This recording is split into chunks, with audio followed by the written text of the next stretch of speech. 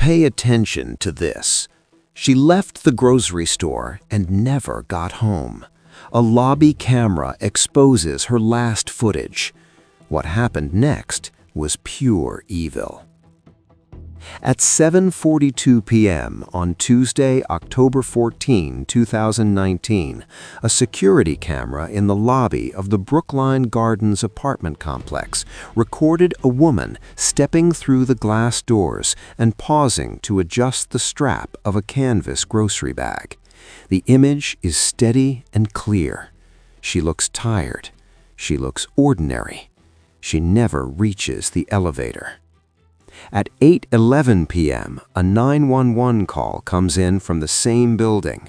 A resident reports shouting in the underground garage, then a sudden silence. Officers arrive within 6 minutes. They find nothing. No broken glass, no signs of a struggle. The garage smells faintly of gasoline and damp concrete. The woman from the lobby camera is not there. Her name is Elena Morrow. She is 34 years old. She lives alone in Unit 4C. She works as a compliance analyst for a regional bank. Her phone last pinged at 7:49 p.m., moving slowly toward the garage stairwell, then stopping. At first, police consider the obvious explanation, a voluntary disappearance. An adult woman, no signs of forced entry, no immediate evidence of a crime. But the timeline resists that conclusion. Elena's groceries were still in her arms on camera.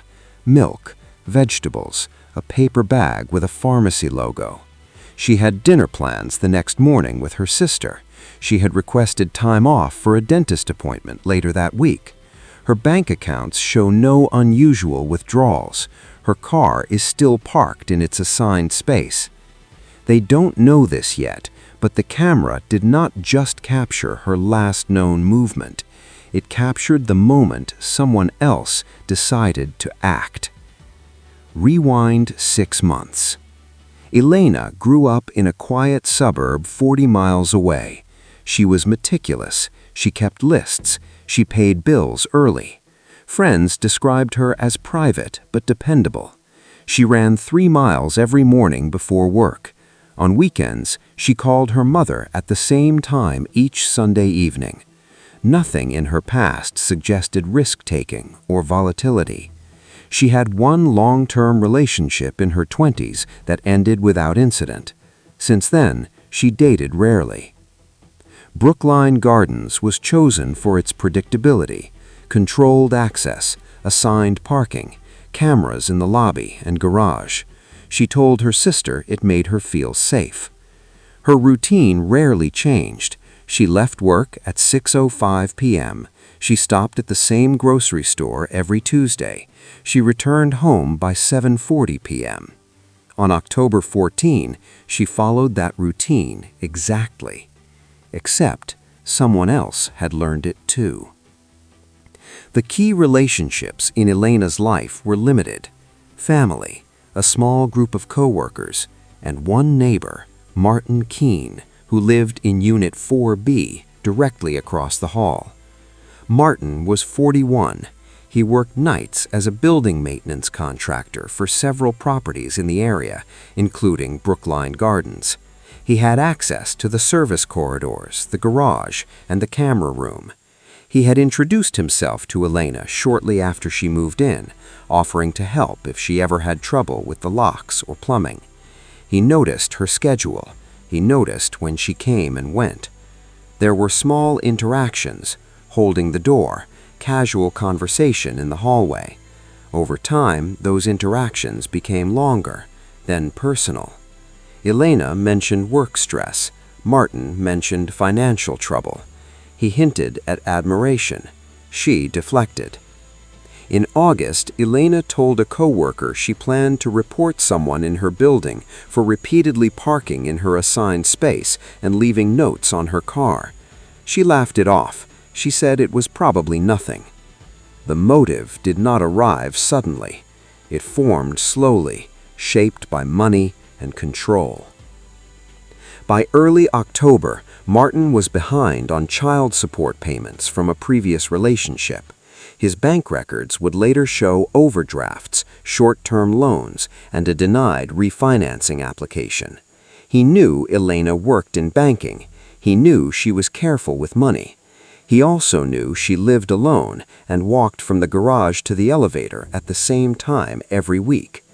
Phone records show that on October 10th, 4 days before Elena vanished, Martin purchased a prepaid phone.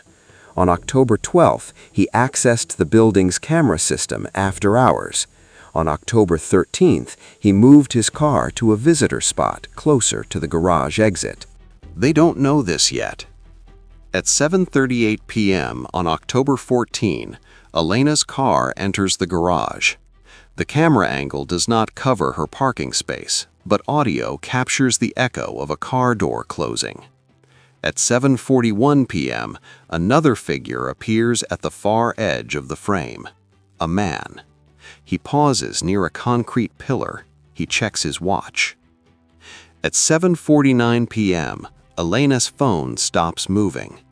Minute by minute, the reconstruction becomes precise. 7:49 and 12 seconds p.m. Elena walks past the pillar, groceries balanced against her hip. 7:49 and 18 seconds p.m. The man steps forward. 7:49 and 21 seconds p.m. The camera feed flickers.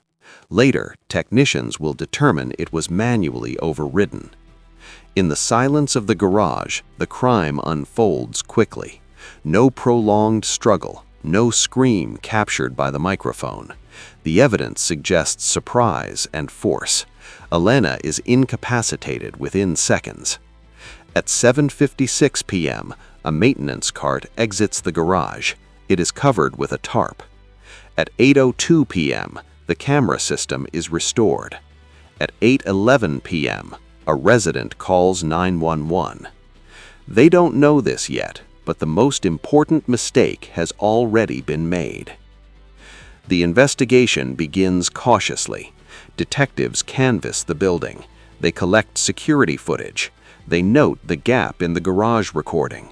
Maintenance logs show Martin was scheduled to be off that night, but his access card was used anyway.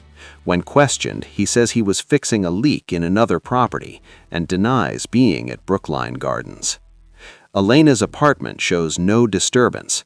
Her groceries are not there. Her phone is missing. Her keys are gone.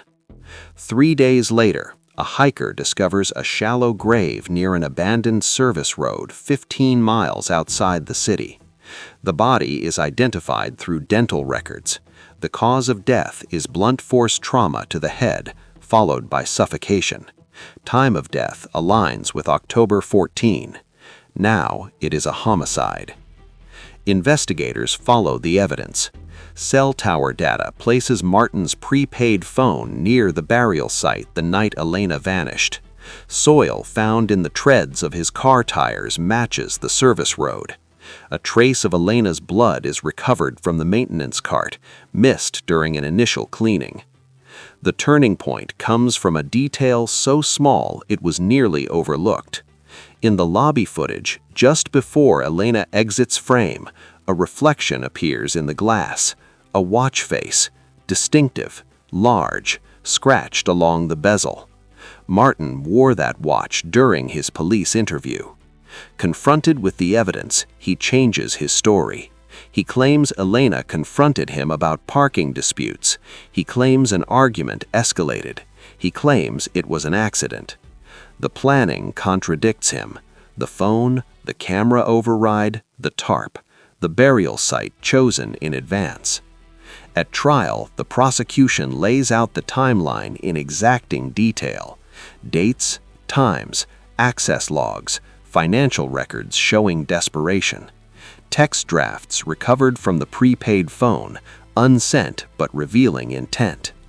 The defense argues circumstantial evidence. The jury deliberates for 9 hours. They return a verdict of guilty on all counts. Martin Keene is sentenced to life in prison without the possibility of parole. Elena Morrow's family sits in the front row, They listen without reaction. The final image shown in court is the lobby footage, the pause, the adjustment of the grocery bag, the moment before everything changes.